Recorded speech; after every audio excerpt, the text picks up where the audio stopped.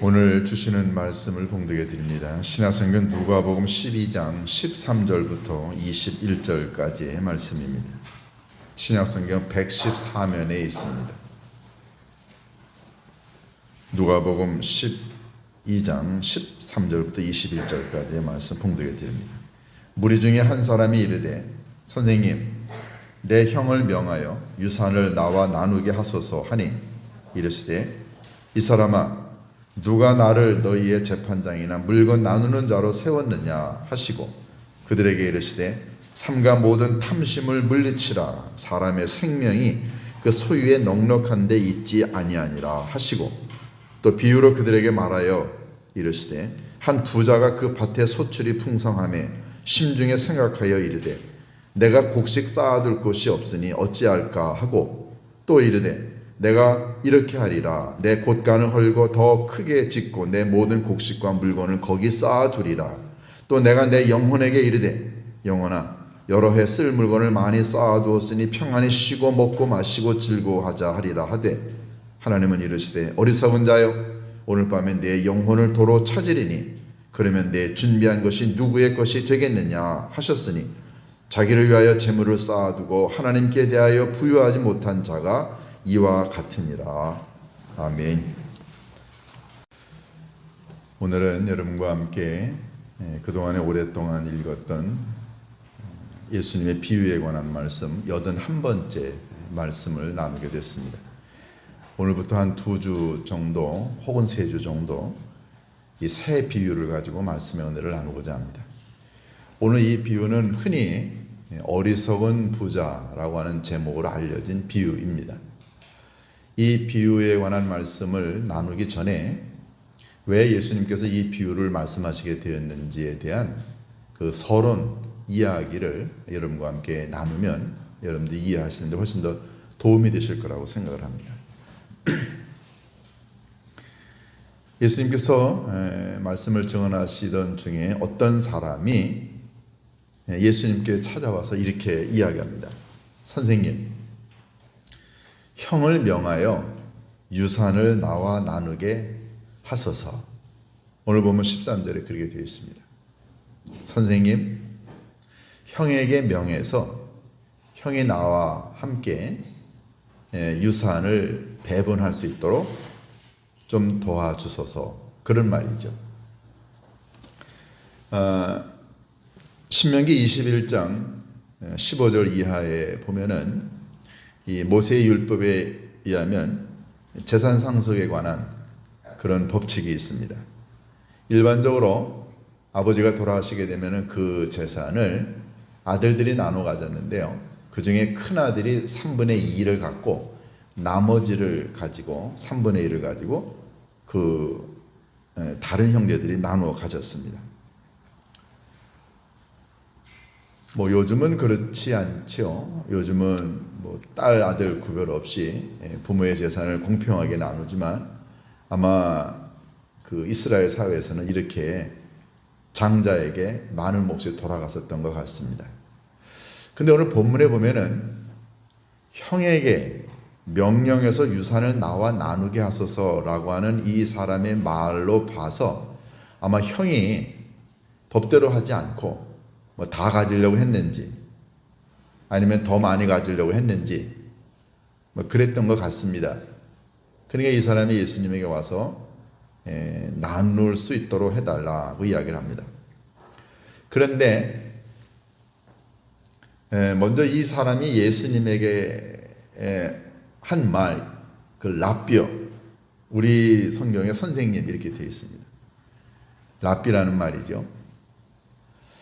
좀 이상한 게 어떻게 예수님을 랍비라고 부르는 사람이 예수님에게 와서 재산을 나누는 일에 좀 재판관이 되달라고 했을까 하는 겁니다. 예수님께서 이 사람의 이 이야기를 듣고 좀 마음이 상하셨던 것 같아요. 아니면 예수님에 대한 너무 몰 이해 때문에 예수님이 마음이 불편하셨던 것 같습니다. 이 사람의 요청을 듣고 14절에 보면은 예수님이 이런 아주 강한 반응을 보이십니다. 이 사람아, 누가 나를 너희의 재판장이나 물건 나누는 자로 세웠느냐라고 대답하십니다. 누가 나를 형제들 간에 이런 소송 문제에 대한 재판관으로 세웠고 누가 나를 물건 나누는 그런 자로 세웠느냐. 예수님 아주 부정적인 반응을 보이십니다. 이런 맥락을 가만히 보면 예수님께서 이 사람이 가지고 온 질문에 대하여 굉장히 좀 불편하셨고 너무 예수님의 뜻과는 거리가 먼, 아니 정반대의 행동을, 생각을 가지고 있는 사람에 대해서 예수님이 이번 기회에 아주 귀한 메시지를 증언해야겠다 생각하셔서 아마 강력하게 이게 반응을 보이신 것 같습니다. 그런데 먼저 이 사람이 예수님을 불렀던 명칭, 선생님이라고 하는 이 말에 대한 좀 이해를 할 필요가 있습니다.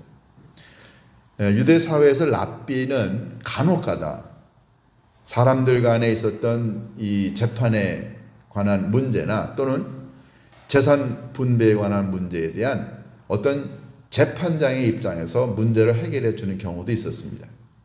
그러니까 재산 분배가 큰아들에게는 3분의 2, 작은아들에게는 3분의 1로 돌아가는 이것이 제대로 되지 않았을 때 간혹가다 사람들이 랍비에게 가지고 와서 랍비여 이 문제를 좀 해결해 주십시오라고 소송의 재판장으로 되달라고 부탁을 하기도 합니다. 그런데 성경 어디에 봐도 예수님을 랍비라고 부르면서 이런 돌 문제나 아니면은 이런 재판상의 문제로 뭐 재판장이 되달라고 부탁한 건 이 구절밖에 없습니다. 어느 누구도 예수님에게 그런 문제 가지고 오지 않았어요. 왜냐하면 예수님을 랍비라고 지칭했던 사람들이 가졌던 이런 어떤 사건이나 이야기는 모두가 다 예수님 영생은 어떻게 얻습니까?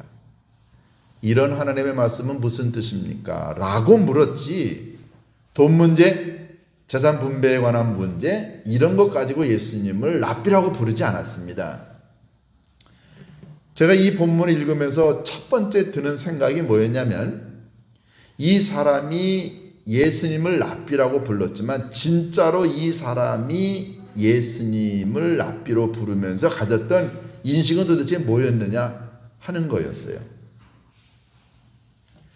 1960년대부터 1990년대까지 한국교회가 굉장히 커다란 부흥을 가져왔습니다. 한국교회의 부흥은 한국 경제의 부흥과 맞물려 있었습니다.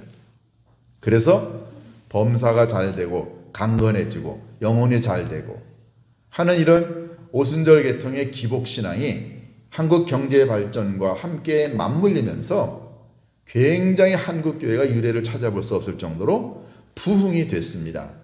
그 한국교회 부흥의 배후에는 굉장한 기복신앙이 자리 잡고 있었습니다. 예수 잘 믿으면 부자 되고 예수 잘 믿으면 건강해지고 예수 잘 믿으면 사업 잘 되고 예수 잘 믿으면 국회의원 되고 예수 잘 믿으면 취업하고 취직되고 합격하고 뭐 이런 기복신앙 이게 한국 경제 발전과 기독교인의 기복신앙이 맞물려서 엄청난 교회의 부흥을 가져왔습니다. 자, 제가 여러분에게 한번 질문할 테니까 여러분 한번 솔직하게 대답해 보세요. 여러분은 왜 예배 드립니까? 여러분은 왜 하나님께 기도하나요? 여러분과 제가 겉으로 드러나진 않지만 마음 한구석에는 이런 게 있을 거예요. 내가 하나님께 예배를 잘 드리면 하나님이 나 축복해 줄 거다. 내가 기도를 열심히 하면은 하나님이 나 병 낫게 해 주실 거다. 내가 열심히 찬송하면 열심히 하나님의 말씀 읽으면 하나님이 나 사업도 잘 되게 해 주시고 아이들도 잘 되게 해 주시고 나 경제적으로도 윤택하게 해 주실 거다 라고 하는 생각. 그래서 하나님께 예배드리고 기도하고 찬송하고 하는 것 솔직히 우리들의 마음속 깊은 곳에 있지 않나요?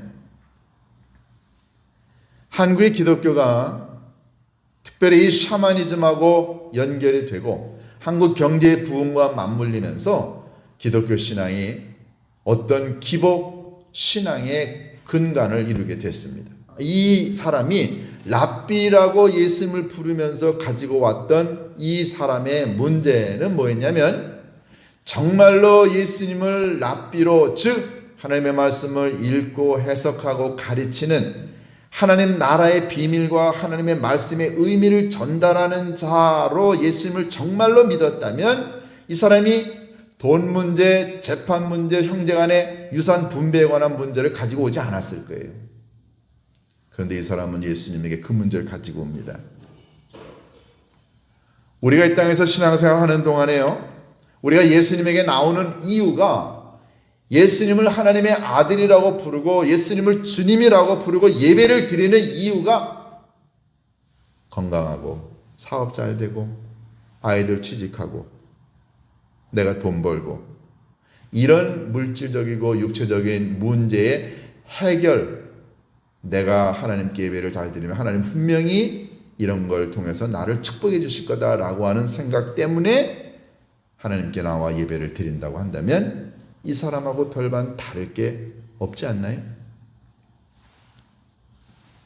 우리가 지난 금요일 날 저녁에 베델성서 연구를 했습니다. 베델성서 연구 신약 6과의 제목이 선생이신 예수님이라는 부분인데요. 그 공부 내용 가운데 이런 내용을 저희들이 공부했습니다. 예수님이 이 땅에 선생님으로 오셔서 우리들에게 가르쳐 주신 것이 여러 개가 있는데, 그 중에 하나가 뭐냐면, 우리가 하나님께 드리는 예배와 믿음의 삶이 정말로 그 본래의 의미를 갖고 있는지 항상 점검하라. 예수님이 그걸 가르치셨다는 겁니다. 구체적으로 뭐냐면, 왜 예배드리냐 하는 거죠.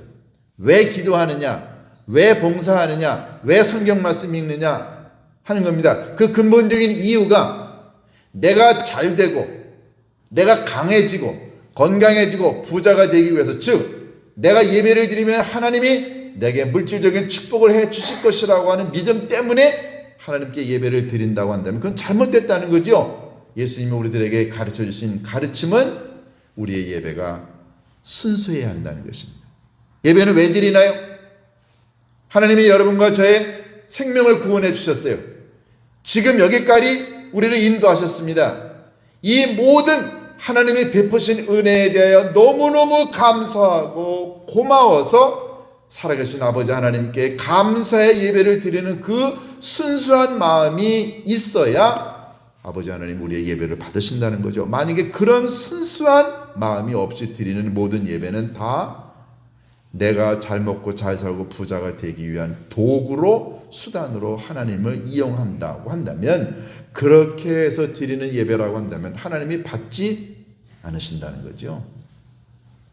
오늘 이 사람이 예수님을 랍비라고 부르면서 가지고 왔던 문제는 전혀 영적인 것이 아니었습니다.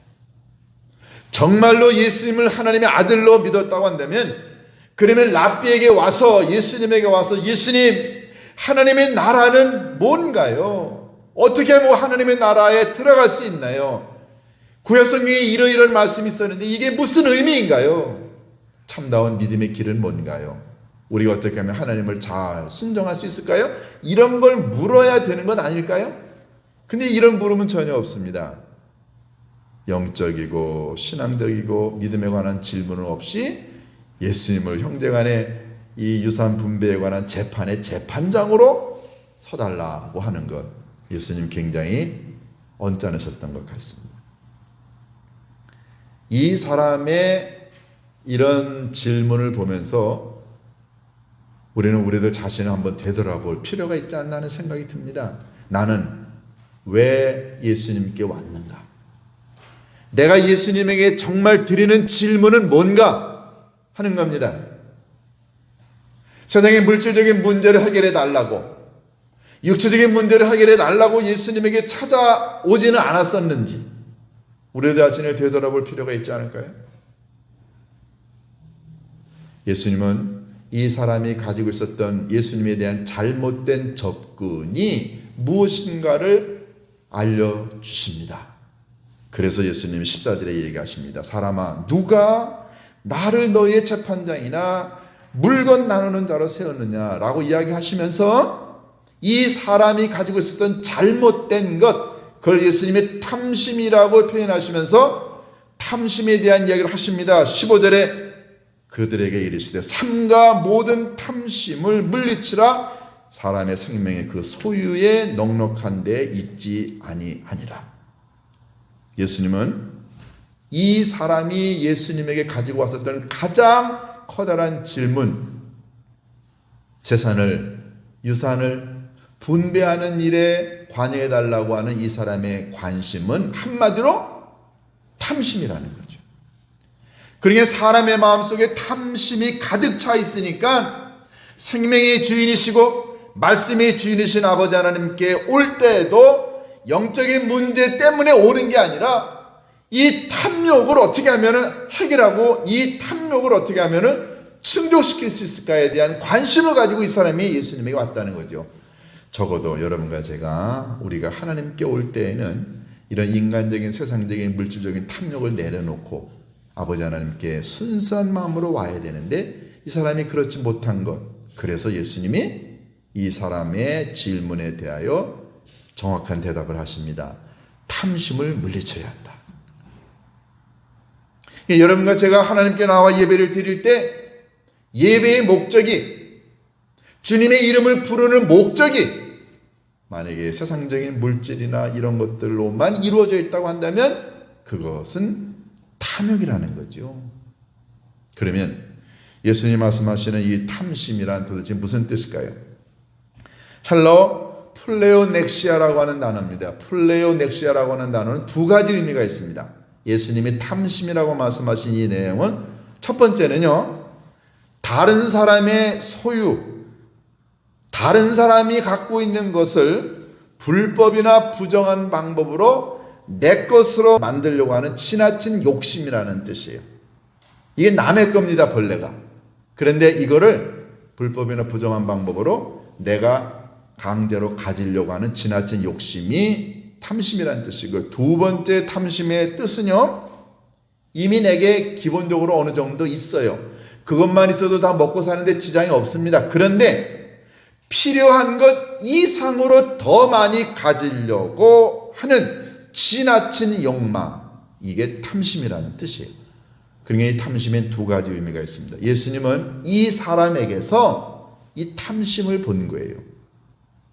그러니까 아마도 이 형이 율법에 따라서 어느 정도 아버지가 남긴 재산을, 유산을 이렇게 상속을 했는데 아마도 이 사람이, 이 동생이 더 많이 가지려고 했었던 것 같습니다. 그러니까 예수님은 이 사람에게 율법이 정해진 대로 그냥 받고 가만히 있었다고 한다면 탐심이라는 얘기를 하지 않았을 텐데 아마도 이 사람은 더 과도한 걸 요구하고 그런 마음이 있었던 것 같습니다. 자, 탐심. 예수님이 이걸 뭐라고 그랬어요? 물리치라고 그랬어요. 그러면 여러분과 제가 살면서 탐심을 물리쳐야 되는 이유가 뭘까요? 남의 것을 불법이나 부정한 방법으로 빼앗아 내 것으로 만들려고 하거나 지금 어느 정도 다 먹고 살만한데 필요가 있는데 그걸 과도하게 더 지나치게 가지려고 하는 이 욕망, 이 탐심을 여러분과 제가 물리쳐야 되는 결정적인 이유 몇 가지가 있습니다. 첫 번째요. 여러분, 탐심은 끊임없이 인간을 불만족한 존재로 만들어 갑니다. 탐심은요, 과도한 거예요. 지나친 겁니다. 그런데 이 탐심이 우리의 마음속 깊은 곳에 자리 잡고 있으면 그러면 계속해서 나는 모자라. 나는 이것도 없어. 나는 저것도 없어. 애들도 잘 안 돼. 남편도 그렇고 아내도 그렇고 재산도 이 정도 갖고는 안 돼. 건강도 이 정도 갖고는 안 돼. 사업도 이 정도 갖고는 안 돼. 나는 늘 부족해. 나는 늘 모자라. 그냥 늘 평상시의 마음속 깊은 곳에 나는 모든 것들이 모자란다. 그러니까는 늘 마음속에 거지 의식이 있습니다. 그러니까 모자란다고 생각하게 되면 자기 자신이 불만족하게 되면 나타나는 결과가 뭘까요? 그것은 불안을 느끼는 거예요. 건강이 이 정도밖에 안 되니까 나 이거 금방 죽는 거 아니야? 아니 재산이 이 정도밖에 없으니까 무슨 일이 생기면 나 어떡해? 사업이 이 정도밖에 안 되니까 무슨 뭐 불황이 닥쳐 그러면 내 사업 망하겠지? 늘 마음속 깊은 곳에 있는 불만족은 그 사람을 불안으로 몰고 갑니다. 여러분, 왜 예수님이 탐심을 물리치라고 했냐면 탐심이 있는 한 우리는 이 거지의식, 이 불안, 불만족으로부터 헤어나오지 못합니다. 두 번째, 예수님이 탐심을 물리치라고 하는 이유는요, 이것은 하나님이 주신 결정적인 율법, 하나님의 법을 어기는 거예요. 출애굽기 20장 17절 이하에 우리가 잘 아는 십계명이 나옵니다. 십계명의 맨 마지막 10번째 계명이 뭔가요? 10번째 계명은 내 이웃의 것, 내 이웃의 집에 있는 아내나 남편이나 자식이나 소나 양이나 재물, 소유를 탐내지 말라 그랬어요. 아니 옆에 집 아내가 예뻐요. 그 제가 탐하면 뭐 하는 겁니까? 이거 탐심이에요. 이거 완전히 죄악이죠. 옆에 집 남편이 굉장히 남자가 아주 멋져요. 유능한 것 같아. 그렇다고 여자가 남의 집 남편 탐하면 이게 어떻게 되는 겁니까? 남의 물건이라고요. 남의 재산이라고요. 근데 그게 좋아 보여요. 근데 내가 가지고 있는 게 부족하다고 생각하니까 어떻게 해서라도 불법이나 부정한 방법으로 빼앗거나 아니면 자기가 갖고 있는 것에 만족 못하니까 나는 없어, 나는 모자라, 이것 갖고는 안 되라고 하는 생각이 드니까 그걸 또 가지려고 해요. 그래서 하나님은 십계명에 절대로 남의 집의 것을 탐내지 말라. 그러니까 예수님은 우리가 이런 탐심을 갖게 되면 결정적으로 하나님의 율법을 어기는 자가 된다는 거죠. 이게 범법자가 된다는 거죠. 여러분 보세요. 탐욕이 발동이 되어서는 나타나는 행위는 모두가 다 범법 행위입니다. 하나님은 원천적으로 이걸 막으시려고 하셨어요. 세 번째, 탐심을 물리치라고 하는 주님의 말씀은요, 탐심은 우상숭배라는 거예요. 아니 무슨 탐심이 우상숭배예요? 이런 걸 할 수 있죠. 골로새서 3장 5절에서 사도 바울이 아주 이걸 분명하게 정의했습니다. 골로새 3장 5절에 땅에 있는 지체를 죽이라. 사도 바울이 땅에 있는 지체를 죽이라고 하면서 땅에 있는 지체를 예를 들었어요. 음란, 부정, 사욕, 그 다음에 악한 욕정, 그리고 탐심이니 했어요. 자, 여기까지는 그냥 땅에 있는 지체예요. 그런데 다른 것에는 해석을 달지 않았는데 탐심에 대해서는 해석을 달았어요. 땅에 있는 지체 가운데 탐심이 있는데 탐심은 우상숭배니라. 그렇게 되어 있습니다. 그러면 왜 탐심이 우상숭배일까요? 여러분, 탐심이라고 하는 것은 물질을 추구하는 거예요. 지나친 욕심입니다. 그런데 우상숭배는요, 하나님의 자리에 물질을 올려놓는 거예요. 그러니까 그 물질을 숭배하는 게 우상숭배죠.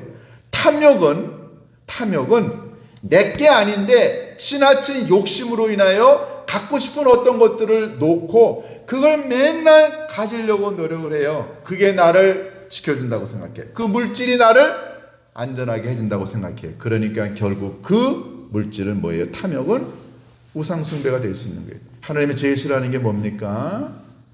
우상숭배 아니에요? 마지막 네 번째요. 왜 예수님의 탐심을 물리치라고 하셨냐면은 탐심은 악의 근원입니다. 디모데전서 6장 9절에서 11절에 이런 말씀이 있어요. 해로운 욕심은 곧 사람으로 파멸과 멸망에 빠지게 하나니 돈을 사랑함이 일만 악의 뿌리가 되나니 그랬어요. 돈을 사랑하는 것은 일만 악의 뿌리다라고 하면서 이것을 탐내는 자는 미혹을 받아 믿음에서 떠나 많은 근심으로써 자기를 찔렀도다. 탐욕은 결국은 우리를 찔러 우리를 죽이게 만든다는 거예요. 그러니까 탐심은 악의 근원, 그러니까 예수님은 여러분과 제게 끊임없이 이야기합니다. 탐심을 좀 내려놔라. 버려.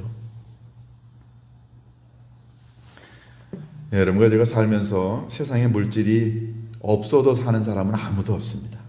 우리 기본적으로 물질이 필요해요. 그런데 탐심은 기본적으로 있는 것에 대하여 만족하지 않고 쓸데없이 더 많은 걸 요구하는 겁니다. 이 근저에는 인간의 불확실성이 자리 잡고 있기 때문에 그런 거죠. 그런데 이 불확실한 마음과 불안한 마음을 가져다 주는 건 누군가요? 그게 사탄입니다. 사탄은 끊임없이 여러분과 제게 와가지고서는 너 그것 갖고는 안 돼. 모자라, 미래를 대비해, 준비해. 굉장히 그럴듯하죠.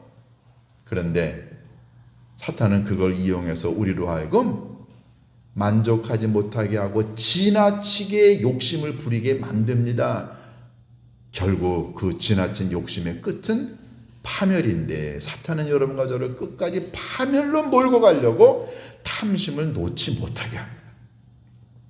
그래서 예수님은 이걸 아셨기 때문에 15절에 뭐라고 말씀하십니까? 삼가 모든 탐심을 물리쳐라 하시면서 중요한 가르침 하나를 말씀하십니다. 사람의 생명이 그 소유에 넉넉한 데 있지 않다 라고 이야기합니다. 결정적이죠. 사람의 생명이 소유에 넉넉한 데 있지 않다. 자, 이 말씀 세상에 있는 사람들의 가르침하고 얼마나 다르나요? 자, 세상에 있는 사람들의 넉넉함은 뭐죠? 세상에 있는 사람들의 넉넉함은 물질입니다. 물질이 많으면 넉넉하다고 생각해요? 내가 남들보다 공부를 많이 해서 학위가 많으면 넉넉하다고 생각합니다. 내가 남들보다 권력이 많으면 넉넉하다고 생각해요. 그러니까 세상에 있는 사람들의 넉넉함은 다 물질이에요. 권세고 명예고 권력이고 배경입니다. 자기 스펙이고요. 이런 게 많아야 세상에 있는 사람들은 넉넉하다라고 생각을 하는데 예수님에게 있어서 하나님 나라에 있어서의 넉넉함은 물질의 넉넉함이 아니고 생명이라는 거죠. 이 생명이 소유에 넉넉한 것이 있지 않다. 전혀 다르다는 거죠. 그러면 여러분과 제가 갖게 되는 질문이 있습니다. 그러면 생명이 넉넉하다는 건 무슨 의미냐 하는 거죠. 소유가 넉넉한 건 알았어요. 그럼 생명이 넉넉하다는 건 뭘까요? 첫 번째, 생명이 넉넉하다는 말은요, 나와 하나님과의 관계가 풍성하다는 걸 의미합니다. 그러니까 우리가 아버지 하나님과의 관계를 풍요롭게 만드는 길, 즉 예배와 기도와 찬양과 감사와 풍성한 영성, 이게 하나님과 나와의 관계가 이런 것들로 인하여 지경이 점점 넓혀집니다.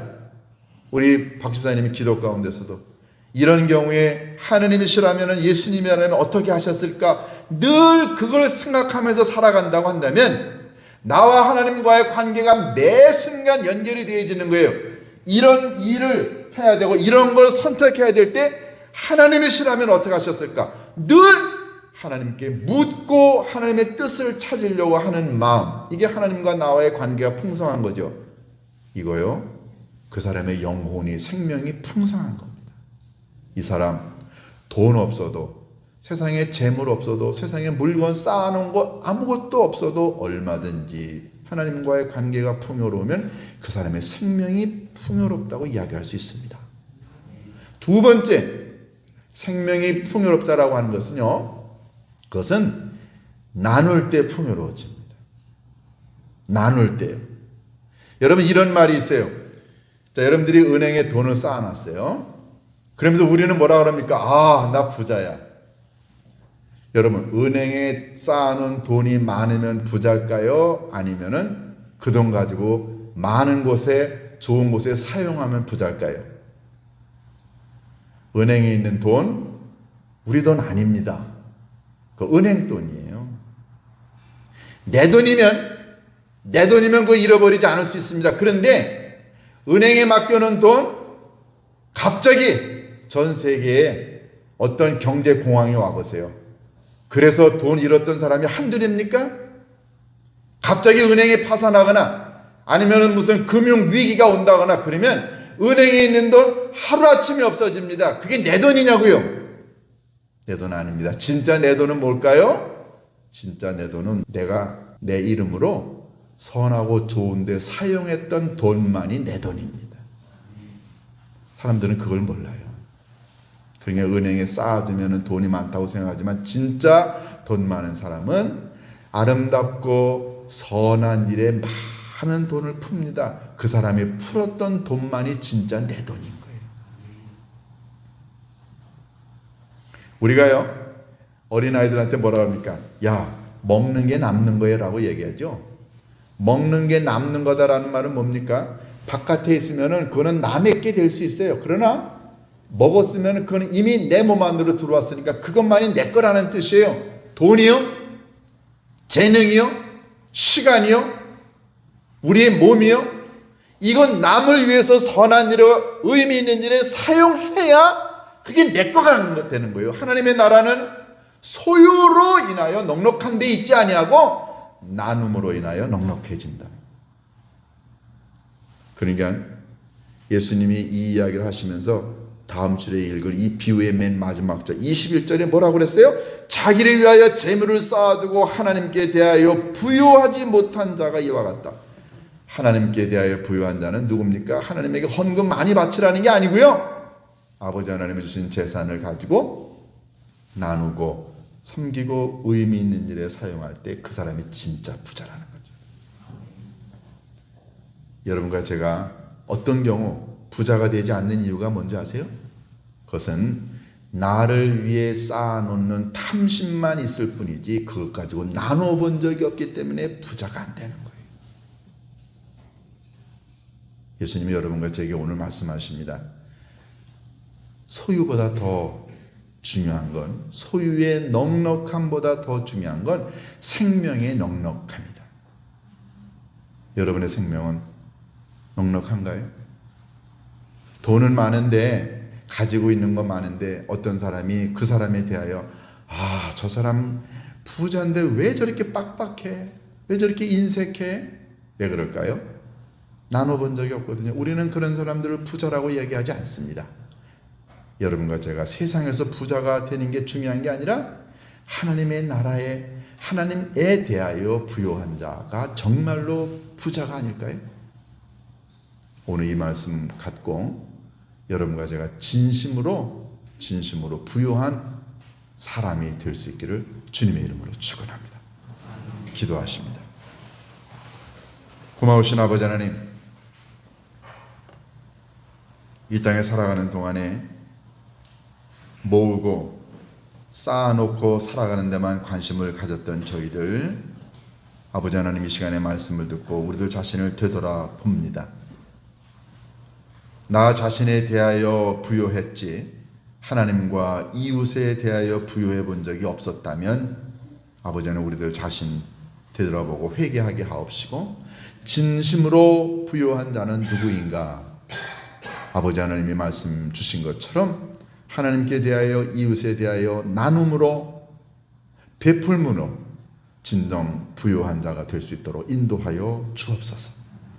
사람의 생명이 그가 소유한 넉넉한 데 있지 않다는 주님의 말씀을 가슴에 담고 정말로 우리들의 생명과 영혼이 부유해지는 아름다운 사람 되게 인도하여 주옵소서. 예수님의 이름으로 기도하옵나이다. 아멘.